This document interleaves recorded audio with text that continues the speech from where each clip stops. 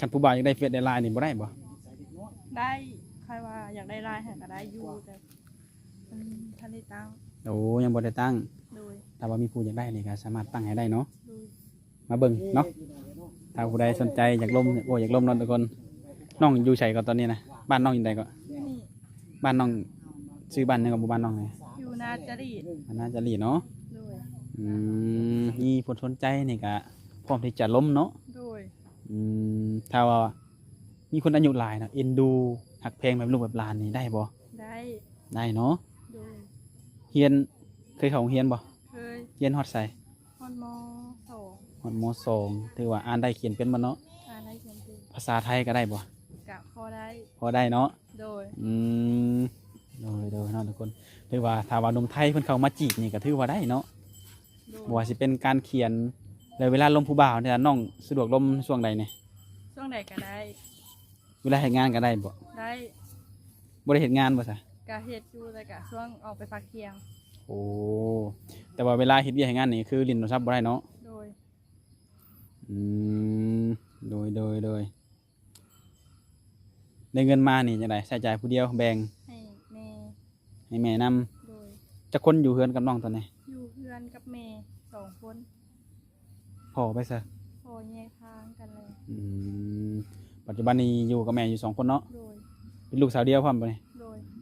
น้องทุกคนลูกสาวหลานลูกสาวเดียวเนาะทุกคนเตรียมรถค่าดองค่าสินสอด แพงแน่นอนบ่ปกติแล้วโดยรวมในแบบเขาเจ้าแต่งงานอยู่ในบ้านนี้ค่าดองแพงบ่บางคนกะเพลงอยู่บางคนเขาเอาผัวต่างประเทศกะเพลงโอ้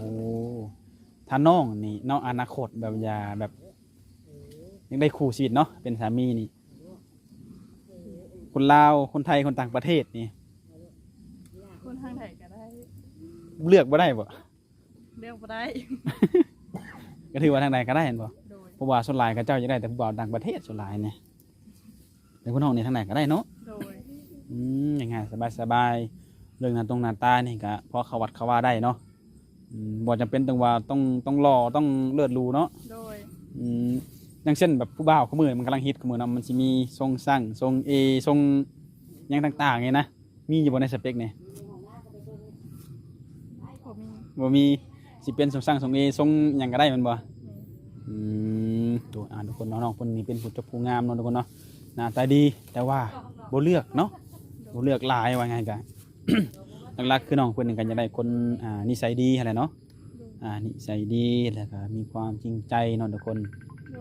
ผู้บ่าวโทรนำวันนี้ว่าแต่มีผู้บ่าวแล้ววะหมู่โทรนำแล้วมันบ่ได้บ้างโอ้โทรนำไปใส่ไปกินตำมังหุงโอ้เนาะทุกคนก็ถือว่าเพิ่นสิไปกินตำมังหุงแต่ละมื้อเลิกงานมาก็ซุ่มแซวกันนี่บ่แม่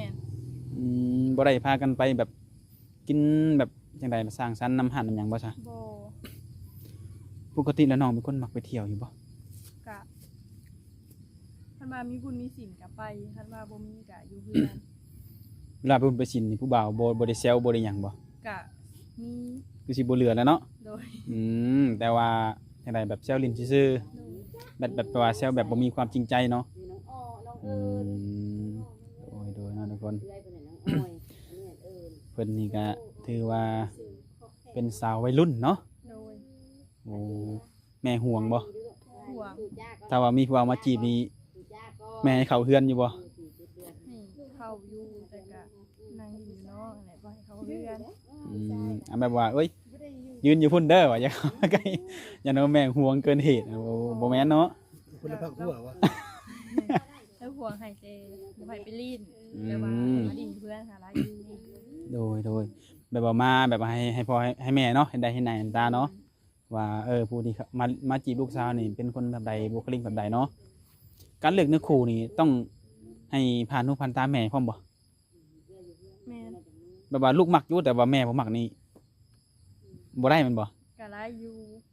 ให้ได้ซะถ้าแบบลูกเพิ่นมักแม่เพิ่นบ่มักแม่เพิ่นเบิ่งคือบ่ทรงบ่คือสินะน้องเจียดได้ซะก็บ่มันอยากมีได้บางทีเนาะแบบว่าแม่ห่วงลูกนะแม่เป็นห่วงแม่กะเป็นห่วงอนาคตของลูกนะก็อย่ามันเนาะปล่อยเป็นเรื่องอนาคตเนาะถ้าว่าแม่บ่มักนำก็มีแต่ว่าให้ทางผู้ชายนี่พ พยายามเอาชนะใจแม่ให้ได้เนาะ โดย อืมถ้ามีคนอยากมาหาแบบหนุ่มไทยเนาะหนุ่มไทยหรือหนุ่มต่างประเทศอยากมาหานี่ได้แมันบ่บ่ต้องถามแม่มันบ่โอ้ดูทุกคนเนาะมีแต่ว่าแหละทุกคนเลยอย่างหูอย่างก็มีแต่ว่าโทรทางน้องเพิ่นแหละน้องๆมันก็ได้ให้มาเป็นทาง WhatsApp แต่ถ้าว่าเป็นไลน์ถ้ามีคนสนใจอยากได้น้องก็สิสมัครมาให้เนาะ โดย ติดต่อน้องบ่ได้ก็ติดต่อทางทีมงานเฮาได้เนาะทุกคนเนาะว่าทางสิเป็นทางYouTube บ่หรือว่าทางแฟนเพจบ่เนาะทุกคนเนาะ